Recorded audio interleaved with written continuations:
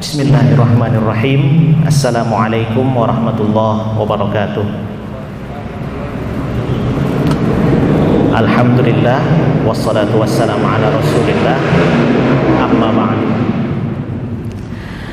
Alhamdulillah, kita bisa kembali bersama dalam acara kajian menjelang buka yang diselenggarakan oleh Masjid Nurul Huda UNS. Untuk hari ini masih melanjutkan kajian tentang bunga rampai hadis-hadis Ramadan. Jadi jika pada hari kemarin kita ada membahas masalah pahala dan ampunan yang terkait dengan amalan Ramadan, kemudian keutamaan yang didapatkan oleh seorang hamba di bulan Ramadan. Selanjutnya pada hari ini kita akan memulai kajian dengan pembahasan Ramadan dan membaca Al-Quran. Nanti setelah hadis tentang Ramadan dan membaca Al-Quran, masih ada lagi hadis-hadis lain yang terkait dengan masalah bagaimana menjaga kualitas puasa dan bagaimana seseorang itu sebaiknya melalui Ramadannya, terutama di 10 hari yang terakhir. Hadirin hadirat sekalian yang berbahagia, kita mulai dari hadis yang pertama yang kami pilih di sini. An Abdullah ibnu Amr anna Rasulullah sallallahu alaihi wasallam qala as-siyamu wal Qur'anu yushaffi'ani lil 'abdi yaumal qiyamah. Yaqulu as-siyamu ay rabbi mana'tuhu at-ta'ama wasyahawati bin nahari fashaffi'ni fihi. Wa yaqulu al-Qur'an mana'tuhu an-nauma bil laili fashaffi'ni fihi.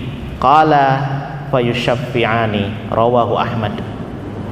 Artinya dari Abdullah bin Amr bahwa Rasulullah sallallahu alaihi wasallam bersabda, sesungguhnya puasa dan Al-Quran memberi syafaat bagi seorang hamba pada hari kiamat. Puasa berkata, ya Tuhanku, aku telah menahan hasrat makan dan syahwatnya, maka berilah aku izin untuk memberikan syafaat kepadanya. Berkata pula Al-Quran, aku telah menghalanginya dari tidur agar dia bisa melaksanakan qiyamul lail, maka berilah aku izin untuk memberikan syafaat kepadanya. Rasulullah kemudian melanjutkan, maka keduanya yakni puasa dan Al-Quran diberikan izin untuk memberikan syafaat. Hadis riwayat Imam Ahmad. Syafaat sebagaimana yang kita ketahui ya, itu bisa dianalogikan dengan kurang lebih bonus.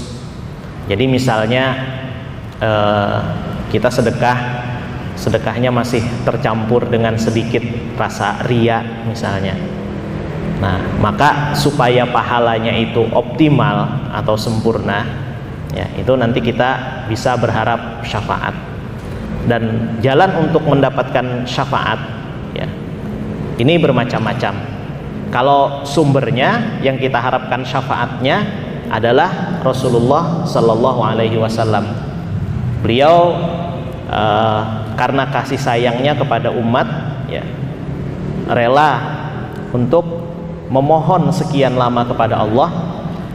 Dalam satu riwayat tuh ada yang disebutkan beliau sujud selama 7 tahun, ada yang mengatakan 10 tahun, ada yang mengatakan 40 tahun, ada yang mengatakan 80 tahun, ada yang 100 tahun gitu, selama pas ketika dibangkitkan di hari kiamat, hanya untuk memohon agar Allah berkenan ya memberikan syafaat kepada umat beliau.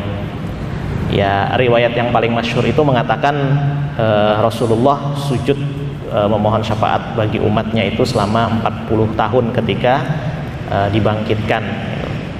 Karena umat manusia sudah datang kepada para nabi, ya, tapi mayoritas nabi-nabi tersebut mengatakan nafsi, nafsi, aku tidak bisa mengurusi urusan kalian, aku hanya bisa mengurusi diriku sendiri. Hanya Nabi Muhammad yang menerima keluh kesah umatnya yang sedang ketakutan menghadapi huru-hara hari kiamat. Nah, kemudian salah satu, ya, atau dua di antara hal yang bisa membuat Rasulullah itu berkenan memberikan syafaat kepada kita adalah dengan cara kita itu rajin berpuasa dan membaca Al-Quran. Ya, kalau puasa wajib itu memang diwajibkan, ya, memang harus dilaksanakan seperti yang ada di bulan Ramadan ini. Nah, kalau membaca Al-Quran, ya, ini kan kadang-kadang kalau situasinya tidak mendukung dan yang bersangkutan belum terbiasa untuk merutinkan diri membaca Al-Quran, sulit kalau misalnya tidak ada momentum seperti Ramadan. Itu sebabnya mengapa membaca Al-Quran dan Ramadan ini menjadi berhubungan erat. Nah, dalam hadis ini disebutkan bahwa puasa itu memohon kepada Allah, ya, dengan mengatakan, aku meminta izin untuk memberikan syafaat kepada dia karena aku sudah berhasil membuat orang ini menahan nafsunya, ya, membuat dia itu menahan diri dari hal-hal yang sebenarnya halal dia lakukan, tapi karena dia berpuasa maka dia tidak melakukannya, ya. Al-Quran juga mengatakan, aku minta izin memberi syafaat kepada orang ini karena aku telah membuatnya berusaha menahan kantuk agar bisa membacaku, kata Al-Quran. Ada pertanyaan yang dalam tanda petik usil, ya, mengatakan, lah ini kalau membaca Al-Qurannya dihubungkan dengan Qiyamul Lail, terus kalau misalnya membaca Al-Quran itu dilakukan di siang hari bagaimana? Apakah dapat syafaat juga? Ya, Qiyamul Lail di sini sebenarnya hanya masalah perumpamaan untuk menahan diri dari kantuk atau tidur, ya. Jadi memang kalau diartikan secara leksikal, terjemahannya adalah bangun di malam hari. Tapi maksudnya bangun di malam hari ini tidak terbatas hanya pada waktu malam saja, ya, karena rahmat Allah itu kan meliputi kita setiap saat, dimanapun kita berada dan kapanpun. Kalau misalnya hanya dimaknai malam, berarti percuma dong, tidak ada keutamaan membaca Al-Quran di bulan puasa yang didapatkan di siang hari. Padahal biasanya, ya, kita mengisi waktu luang di bulan puasa salah satunya dengan membaca Al-Quran. Jadi Qiyamul Lail di sini lebih cenderung dimaknai sebagai usaha orang yang ingin membaca Al-Quran tersebut untuk menahan dirinya dari kantuk dan tidur. Kita ke hadis yang kedua, masih dengan subtema Ramadan dan membaca Al-Quran. An Abdullah bin Mas'udin radhiyallahu anhu anin Nabi sallallahu alaihi wasallam qala, man qara'a harfan min kitabillahi falahu bihi hasanah wal hasanatu bi'ashri amsalihha la aqulu alif lam mim harfun walakin alifun harfun wa lamun harfun wa mimun harfun. Rawahu Tirmidzi. Dari Abdullah bin Mas'ud radhiyallahu anhu, dari Rasulullah sallallahu alaihi wasallam, beliau bersabda, barang siapa yang membaca satu huruf dari Al-Quran, maka ia akan memperoleh satu kebaikan. Satu kebaikan itu dilipat gandakan pahalanya sampai 10 kali lipat. Kata Rasul, saya tidak mengatakan alif lam mim itu sebagai satu huruf, akan tetapi alif itu satu huruf, lam satu huruf, dan mim satu huruf. Hadis riwayat Tirmidzi. Hadis ini kalau misalnya mau mencari redaksinya yang mudah, ya, itu ada di Quran terjemah yang terbitan Departemen Agama, Kementerian Agama kalau sekarang, ya itu di bagian awal-awal, kan di bagian awalnya itu ada tentang sejarah kodifikasi Al-Quran, sejarah pembukaan Al-Quran, ada tentang keutamaan membaca dan menghafal Al-Quran. Nah, salah satunya ada yang memuat hadis ini juga. Ya, hadis ini sejatinya ditujukan untuk tindakan membaca Al-Quran secara umum, tidak terikat dengan waktu bulan puasa. Namun yang dibidik hubungannya dengan bulan puasa ini adalah masalah kebaikan yang dilipat gandakan. Jika di luar bulan puasa saja membaca Al-Quran itu per satu huruf diganjar satu kebaikan, maka tentu hal tersebut akan jauh lebih besar lagi ganjarannya di bulan puasa. Sebagaimana yang kita ketahui, amalan-amalan sunat di bulan puasa itu kan diganjar sama pahalanya dengan amalan wajib. Sementara amalan wajib dilipat gandakan pahalanya 70 kali lipat. Itu. Nah, misalnya ya, kita sedang menjalankan puasa Ramadan, kita juga beriktikaf di masjid, kemudian kita menyempatkan diri untuk membaca Al-Quran, dan setiap satu huruf ganjarannya sebagaimana yang tercantum ini. Tentu akan banyak sekali ganjaran yang bisa kita dapatkan, dan kita sebagai umat Islam memang disuruh untuk tamak terhadap usaha mencari ganjaran tersebut, ya. Kalau misalnya satu huruf satu ganjaran, membaca Bismillahirrahmanirrahim saja, ya, membaca Bismillahirrahmanirrahim, ya, itu sudah kita tinggal hitung ada berapa huruf di situ. Dan tasydid, ya, itu dihitungnya double hurufnya, karena yang dihitung adalah bunyinya.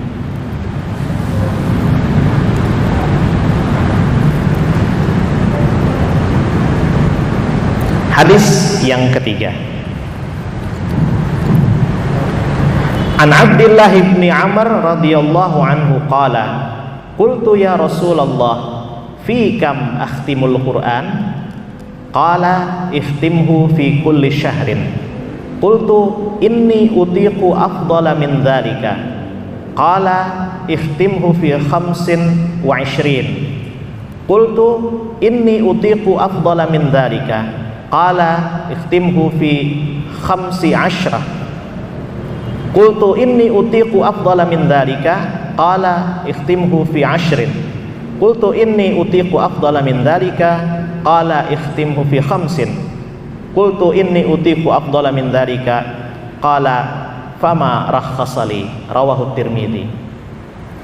Dari Abdullah bin Amr radhiyallahu anhu, dia berkata, aku bertanya kepada Rasulullah sallallahu alaihi wasallam, wahai Rasulullah, berapa lama sebaiknya aku membaca Al-Quran? Maksudnya berapa lama waktu yang aku butuhkan sebaiknya dalam menghatamkan Al-Quran?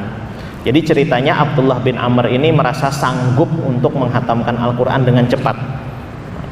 Ya, sebagai informasi, ketika ketika dialog ini terjadi dalam hadis, ya, Abdullah bin Amr adalah seorang pemuda menjelang usia 20 tahun. Jadi ya masih mungkin seusia mahasiswa semester 1 atau 3 kayak gitu kan ya, atau kalau sekarang semester genap itu ya semester 2 atau semester 4, kurang lebih seperti itu. Nah, jadi beliau ini kebetulan memang hafal Al-Quran dan bacaannya bagus, ya.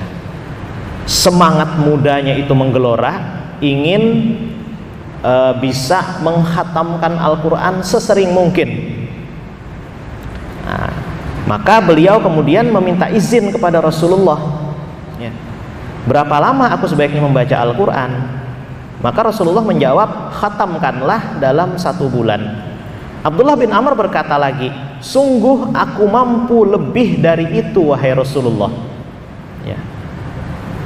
Rasulullah menjawab, khatamkanlah dalam 25 hari. Abdullah bin Amr berkata lagi, aku masih mampu lebih dari itu wahai Rasulullah. Beliau menjawab, khatamkanlah dalam 15 hari. Abdullah berkata lagi, aku masih mampu lebih dari itu wahai Rasulullah. Beliau menjawab, khatamkanlah dalam 10 hari. Abdullah menjawab, aku masih lebih mampu lagi wahai Rasulullah. Beliau menjawab, khatamkanlah dalam 5 hari. Abdullah menjawab, aku masih lebih mampu lagi wahai Rasulullah. Namun beliau tidak memberikan izin bagiku, kata Abdullah bin Amr. Hadis riwayat Tirmidzi. Para ulama ahli hadis kemudian mengatakan bahwa sebenarnya ya batasan waktu yang diucapkan oleh Rasulullah dalam hadis ini tidak bersifat mengikat secara mutlak, melainkan ini perkara yang sangat dianjurkan. Jadi kalau misalnya kita membaca dalam riwayat-riwayat imam mazhab misalnya yang mampu mengkhatamkan Al-Quran itu per 3 hari, lebih cepat daripada anjuran Rasulullah, ya itu memang sebenarnya tidak dilarang secara mutlak ya. Namun mengapa Rasulullah menyarankan hal ini kepada Abdullah bin Amr ya? Ada 2 alasan penting ya. Yang pertama, ketika kita membaca Al-Quran ya, dan sebenarnya ini yang dikatakan oleh Rasulullah dalam penjelasan hadisnya, ketika kamu membaca Al-Quran wahai Abdullah bin Amr, ya berarti kan ketika kita sebagai umat Rasulullah membaca Al-Quran juga maksudnya. Ketika membaca Al-Quran, idealnya kita sempat mentadabburi maksud dari ayat-ayat yang kita baca, tidak sekedar kita membunyikan susunan huruf ya. Kalau sekedar membunyikan susunan huruf, ya mungkin itu tetap bisa dianggap membaca Al-Quran dan tetap ada ganjarannya, itu juga sudah perbuatan yang baik. Namun akan lebih baik lagi jika kita juga berusaha memahami ayat-ayat yang kita baca.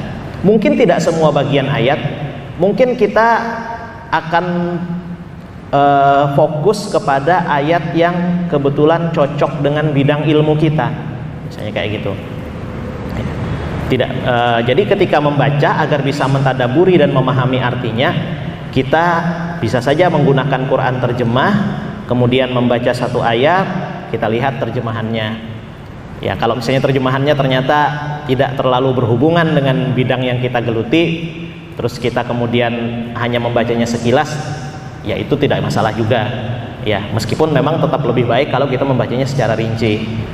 Nah, tapi begitu sampai ke bidang yang kita geluti, alangkah baiknya kita memfokuskan di situ, karena di situ akan banyak isyarat-isyarat dari Allah.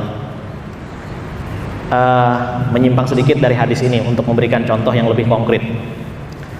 Misalnya begini, nah, coba kita ambil ayat yang sudah cukup populer saja ya, dari surah Yasin, sebab kami yakin para jamaah pasti sering membaca surah Yasin.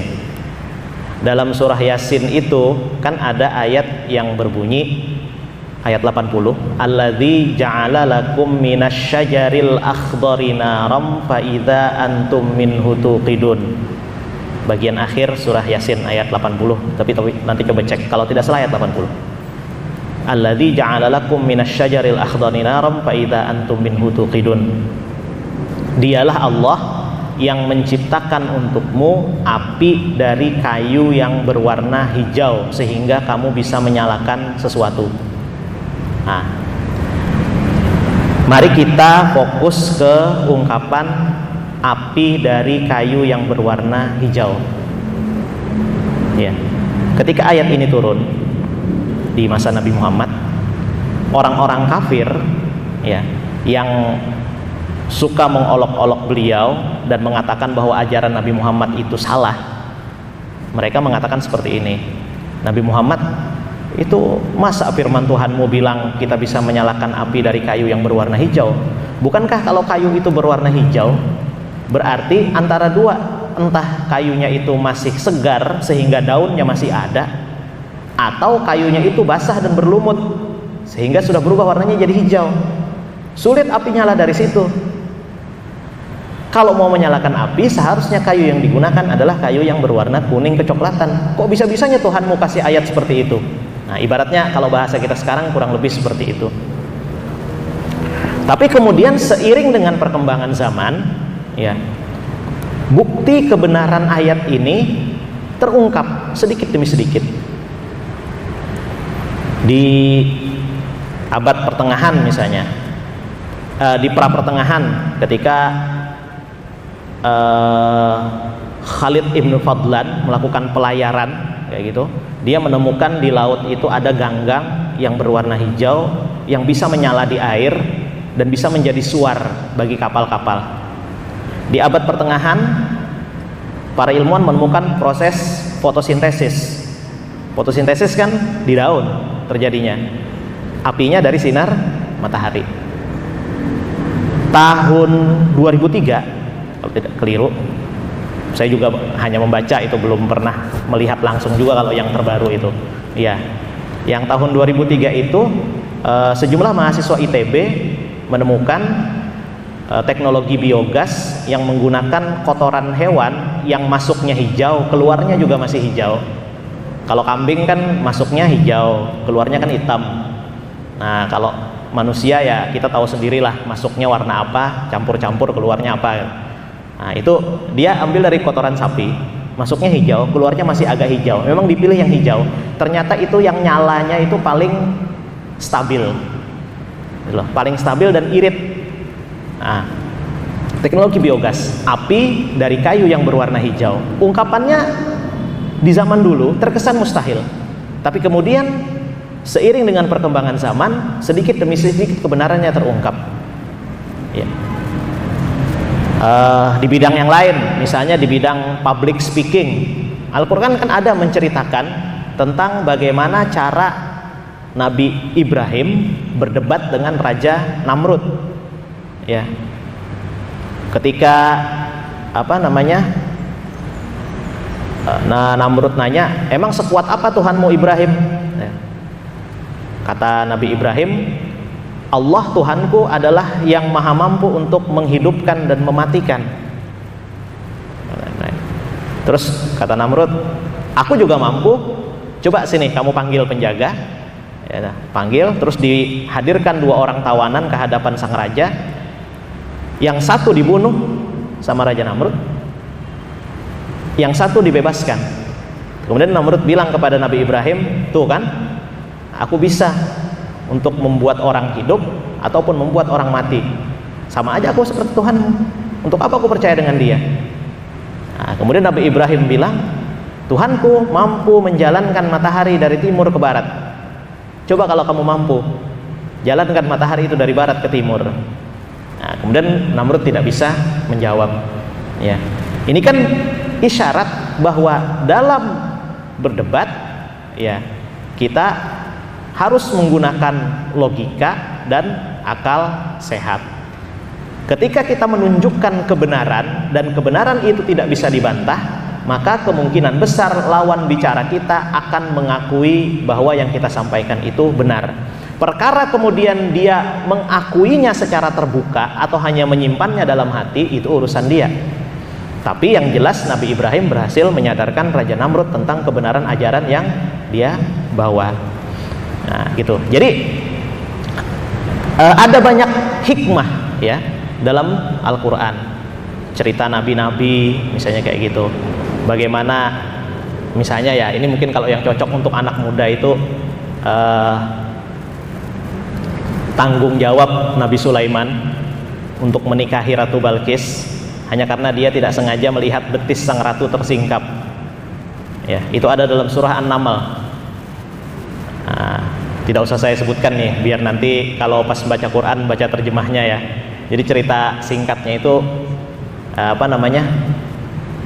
Nabi Sulaiman di istananya kan punya kolam dari kaca gitu loh. Yang lantai dari kaca, di bawahnya itu ada kolam. Ratu Balkis mengira itu kolam beneran. Ketika dia melangkah ke situ, dia tarik gaunnya. Nabi Sulaiman tidak sengaja melihat betis yang tersingkap itu. Nah, akhirnya kan menikah itu, ya. Itu bayangkan tanggung jawabnya dulu. Ya, kalau adik-adik mahasiswa nih yang laki-laki itu segitu nggak tanggung jawabnya kalau misalnya ada calon sama calon istri. Iya, oke. Itu yang dimuat dalam anjuran Rasulullah agar seseorang itu tidak buru-buru, ya, dalam membaca Al-Quran, lebih mengedepankan kualitas daripada kuantitas. Tentu saja memang akan lebih baik kalau misalnya yang bersangkutan itu selain mampu membaca dengan cepat juga bisa mentadaburi. Oke, itu tadi yang pertama, yang mentadaburi, ya, cukup jelas saya rasa.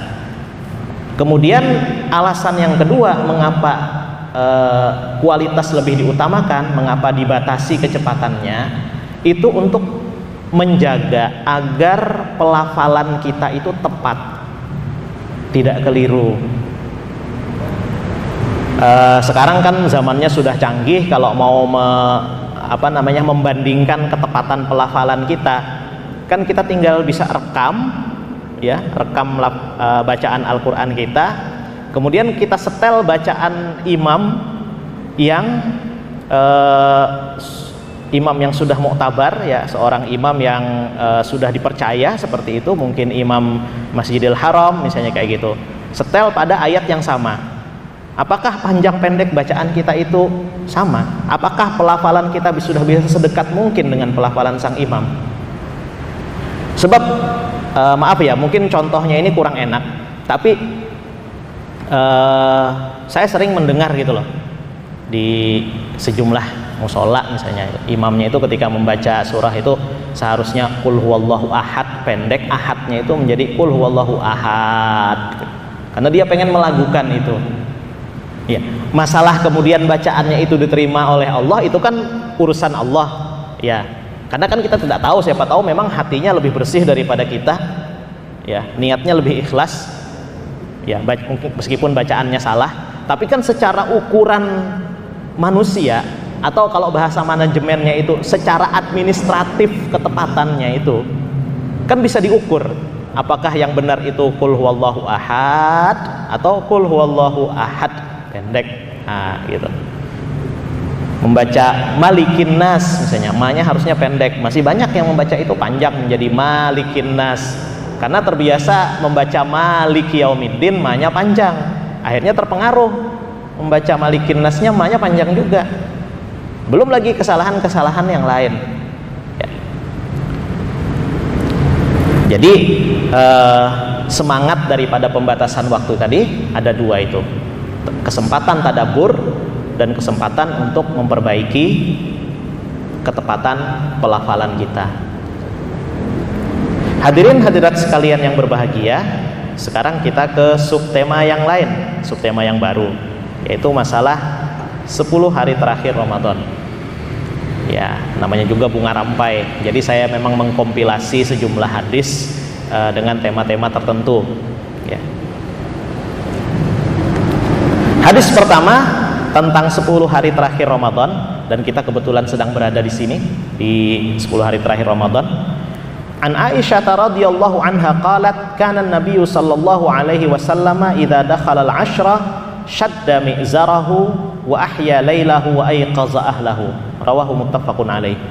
Dari Aisyah radhiyallahu anha, dia berkata, Rasulullah sallallahu alaihi wasallam bila memasuki 10 hari, yakni 10 hari terakhir dari bulan Ramadan, mengencangkan kain sarungnya, menghidupkan malamnya, dan membangunkan keluarganya. Mengencangkan kain sarung ini ada 3 makna, ya, yang bisa ditafsirkan ditakwil oleh para ahli hadis.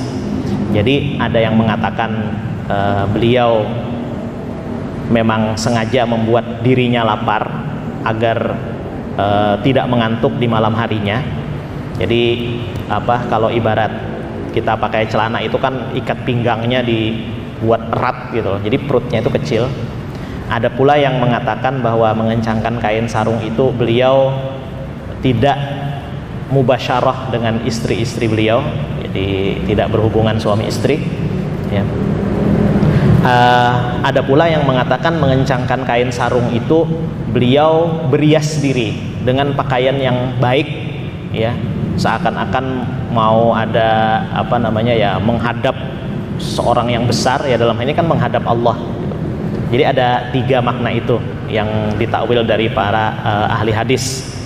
Nah, tapi semua makna itu sebenarnya menunjukkan kesungguhan, ya, kesungguhan Rasulullah dalam berburu pahala di 10 hari terakhir bulan Ramadan. Karena ya jelas memang ada banyak riwayat ya yang mengatakan bahwa Lailatul Qadar itu adanya di 10 hari yang terakhir. Kemudian Rasulullah juga menghidupkan malamnya. Nah, menghidupkan malamnya ini ada 2 makna di sini, ya. Ada yang mengatakan itu i'tikaf, itu. Ada pula yang mengatakan ya tidak harus i'tikaf, tapi beliau rajin melakukan sholat malam, dan sholat malamnya itu sangat bagus. Sangat bagus itu berarti maksudnya beliau melakukannya dengan khusyuk, bacaan yang indah, dan ayat-ayatnya itu juga panjang, ya. Jadi kalau menurut sahabat itu bacaan ayatnya itu sama dengan selesai memasak. Nah, orang dulu itu kan kalau memasak ya di zaman Rasulullah berarti kan harus menyalakan apinya dulu, dan kemudian menunggu apa namanya gandumnya itu matang seperti itu. Nah, jadi panjangnya itu kurang lebih kalau 1 rakaat itu sama dengan panjangnya orang memasak mulai dari awal sampai makanan itu siap dihidangkan. Ya, memang tidak bisa diukur dengan pas ya kalau dianalogikan kepada waktu kita saat ini. Tapi kita coba hitung sendirilah. Kita kalau sholat, misalnya anggaplah sholat maghrib gitu, itu kan sebenarnya nggak lebih lah dari 10 menit sekali sholat maghrib itu, ya kan. Bahkan kalau yang sholatnya itu super express, ya mungkin 3 menit selesai pas sholat sendirian gitu loh. Tapi kalau Rasulullah sholatnya itu sangat bagusnya, khusyuk, bacaannya indah, dan ayatnya lumayan panjang, ya. Nah, kalau yang untuk makna i'tikaf, ya ini sebenarnya agak dilematis, karena kalau sekarang itu kan kita di masa pandemi, ya, dan kita masih berjuang untuk beradaptasi dengan COVID. Bukan hanya beradaptasi sih, kalau bisa memusnahkannya. Terus bagaimana kalau misalnya yang mau i'tikaf, ya kayak gitu. Nah, untuk yang seperti ini, ya maka diutamakan mencegah keburukan itu lebih didahulukan daripada berbuat baik. Pakai kaidah yang seperti itu. Ya, darul mafasid muqaddamun ala jalbil masalih. Mencegah sesuatu yang buruk itu lebih dikedepankan daripada melakukan hal yang baik. Kalau selama kebaikannya itu bukan sesuatu yang wajib. Jadi yang punya diri bisa mempertimbangkan secara pribadi, apakah saya akan melakukan i'tikaf gitu loh, atau tidak. Kemudian beliau juga membangunkan keluarganya. Maksudnya beliau aktif untuk mengajak orang-orang terdekat beliau melakukan hal yang sama. Misalnya kita bisa bangun malam, ya. Jangan hanya dinikmati sendirian, ya. Ajak juga keluarganya. Bagi yang tinggal di rumah bersama ayah dan ibu misalnya, bagi yang sudah menikah bersama istri atau suaminya, ya gitu, atau saudara-saudaranya yang lain diajak. Ya, perkara kemudian yang diajak tidak mau, tidak masalah. Yang penting kita melakukan sebagaimana yang digambarkan oleh Rasulullah ini. Beliau membangunkan keluarganya untuk mengajak agar menghidupkan malam Ramadan di 10 hari terakhir. Hadis yang senada adalah hadis yang berikutnya ini, yang kedua, diriwayatkan oleh Aisyah juga. An Aisyah radhiyallahu anha qalat kana Rasulullah sallallahu alaihi wasallam yajtahidu fil ashril awakhiri ma la yajtahidu fi ghairihi. Dari Aisyah radhiyallahu anha dia berkata, Rasulullah sallallahu alaihi wasallam bersungguh-sungguh dalam 10 hari terakhir bulan Ramadan melebihi kesungguhan beliau pada hari-hari sebelumnya. Oke. Ini mungkin reminder yang membosankan ya, tapi semembosankan apapun ya, kalau kita belum melaksanakan, pasti reminder itu akan muncul terus setiap saat. Dan sebenarnya masalah membosankan itu memang lumrah. Jadi ada gium dari para salafus soleh yang mengatakan al istiqamatu khairun min alfi karamah. Konsisten untuk melakukan sesuatu secara berkesinambungan, secara kontinu, itu lebih baik daripada 1000 keramat atau 1000 peluang besar yang mungkin kalau sekali berhasil langsung dapatnya besar, seperti itu. Jadi lebih baik konsisten ya, meskipun sedikit atau kecil daripada besar tapi angin-anginan. Ibaratnya lebih baik kita rutin membaca Al-Quran sehari 1 surah atau mungkin 3 ayat, tapi kita rutin tiap hari. Kecuali mungkin kalau pas berhalangan ya bagi perempuan, itu lebih baik daripada membaca Al-Quran sekali duduk dapat 1 juz tapi setelah itu 1 minggu libur. Apalagi kalau setelah itu 1 bulan libur misalnya. Itu. Jadi memang kita pasti akan sering mendengar penyampaian semacam ini. Oh, Rasulullah kalau 10 hari terakhir di bulan Ramadan semangat begini, beliau bersungguh-sungguh ibadah begini, caranya seperti ini.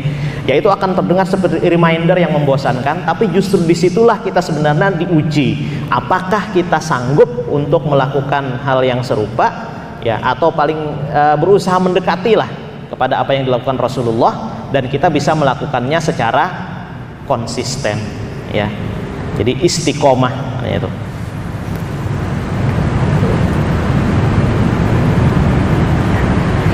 Masih hadis tentang 10 hari terakhir Ramadan ya. An Aisyah radhiyallahu anha qalat qultu ya Rasulullah ara'aita in alimtu ayya lailatin lailatul qadri ma aqulu fiha qala quli Allahumma innaka afuun tuhibbul afwa fa'fu anni. Rawahu Ahmad wa ashabus sunan. Dari Aisyah radhiyallahu anha dia berkata, aku bertanya wahai Rasulullah, bagaimana seandainya aku tahu suatu malam adalah Lailatul Qadar, apa yang harus aku baca pada malam tersebut? Beliau bersabda, bacalah doa yang artinya, ya Allah sesungguhnya Engkau Maha Pengampun, Engkau menyukai ampunan, maka ampunilah aku. Hadis riwayat Ahmad dan 5 imam selain Abu Daud. Oke. Nah, jadi hadis ini ya, selain mengisyaratkan kepada kita bahwa Lailatul Qadar itu pada hakikatnya memang dirahasiakan oleh Allah dan kita hanya bisa menebaknya, juga menunjukkan bahwa kita seharusnya mempertahankan konsistensi amalan agar siapa tahu ketika kita pas mengamalkan itu pas Lailatul Qadar ya. Jadi misalnya kita merutinkan membaca doa ini, bacanya setiap hari, tidak harus menunggu 10 hari terakhir Ramadan ya. Kebetulan ini sedang 10 hari terakhir ya, ayo kita gas sering-sering membacanya ya. Dan ini juga dianjurkan oleh Rasulullah ya. Aisyah kan bertanya, seandainya aku tahu bahwa malam itu adalah malam Lailatul Qadar ya, terus apa yang harus aku baca? Nah, kemudian Rasulullah menyarankan doa ini, dan saya yakin kita semua juga sudah hafal doa ini ya, Allahumma innaka afun tuhibbul afwa fa'fu anni, dan artinya sebagaimana yang ada itu. Amalan lain juga bisa, misalnya kita konsisten untuk selalu berinfak setiap kali kita sholat di masjid misalnya. Ya udah, siapkan uang receh 2.000, 5.000 misalnya, atau kalau mau lebih kecil 1.000 ya, terus masukkan setiap saat. Siapa tahu pas kita berinfak itu pas malam Lailatul Qadar, jadinya kan dihitung 1000 bulan. Sudah berinfaknya itu ya, ini hitungan matematis ya, dan sebenarnya tidak layaklah untuk kita lekatkan kepada suatu harapan terhadap ganjaran, tapi nggak apa-apa sebagai motivasi. Kan infak itu pahalanya bisa mencapai 700 kali lipat Ya, matsalul ladzina yunfiquna amwalahum fi sabilillahi kamatsali habbatin ambatat sab'a sanabila fi kulli sumbulatin mi'atu habbah wallahu yudha'ifu liman yasha. Kata Allah seperti itu. Perumpamaan orang-orang yang berinfak di jalan Allah adalah seperti satu buah biji yang menumbuhkan 7 buah tangkai, di masing-masing tangkai ada 100 biji. 7 kali 100, 700. Dan Allah akan melipat gandakan pahala bagi siapa saja yang Dia kehendaki. 700 kali 1000 misalnya, jadi 700.000. 700.000 dikali 1000 bulan, kurang lebih 84 tahun. Nah, ada berapa banyak? Tinggal dikalikan sendiri saja. Meskipun memang tidak, ya seperti saya katakan tadi ya, mungkin tidak selayaknya kita mengkalkulasi secara matematis pahala yang kita dapatkan, karena itu adalah hak Allah, hak prerogatifnya Allah. Tapi sekedar untuk motivasi itu bisa kita lakukan. Misalnya lagi selain berinfak itu, selain membaca kayak gini, amalkan satu sholat sunnah, sholat taubat misalnya, ya di luar sholat tarawih yang kita rutinkan. Siapa tahu kebetulan pas saat kita sholat taubat itu pas Lailatul Qadar, ganjarannya insya Allah akan sangat besar. Jadi marilah kita dalam tanda petik berburu pahala di 10 hari terakhir di bulan Ramadan ini. Hadirin hadirat sekalian yang berbahagia, ya mungkin itu tadi 6 buah hadis yang bisa kita pelajari bersama, ya 3 buah tentang hubungan antara bulan Ramadan dan membaca Al-Quran, dan 3 buah yang kedua adalah tentang berburu pahala di 10 hari terakhir Ramadan. Ya, sebenarnya masih ada hadis-hadis lain yang kami kompilasi di sini, namun karena keterbatasan waktu mungkin sementara kita cukupkan sampai di sini dulu. Mudah-mudahan di kesempatan yang lain bisa kita lanjutkan, dan mudah-mudahan pula yang bisa kita pelajari pada saat ini bermanfaat dunia akhirat bagi kita, bisa kita amalkan, bisa menjadi ladang pahala buat kita, dan bisa menjadi sarana untuk berdakwah serta meningkatkan kualitas diri kita dan orang-orang di sekitar kita. Demikian, kurang lebihnya kami mohon maaf.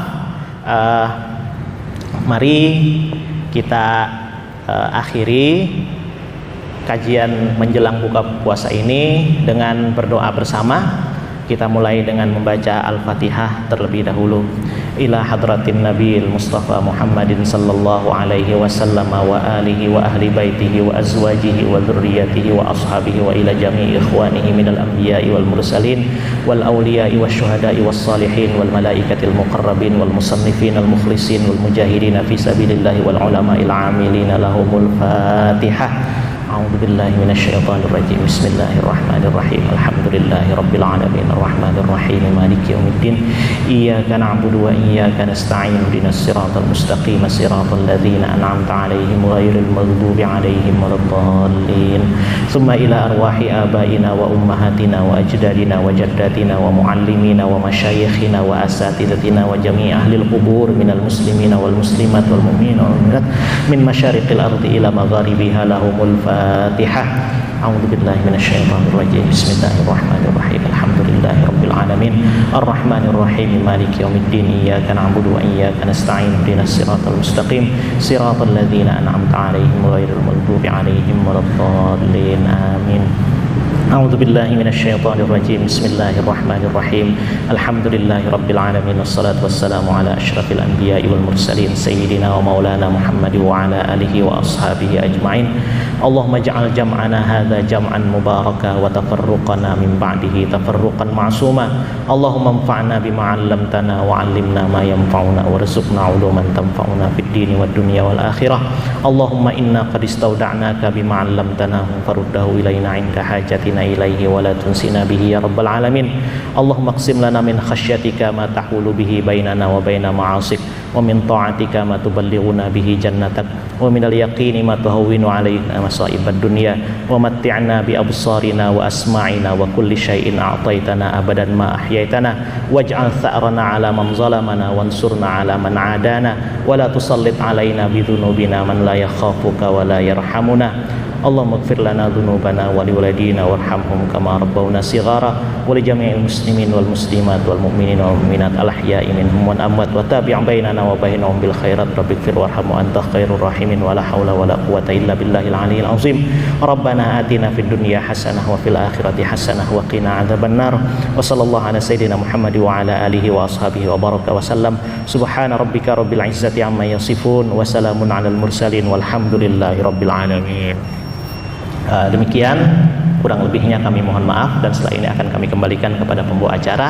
Assalamualaikum warahmatullahi wabarakatuh.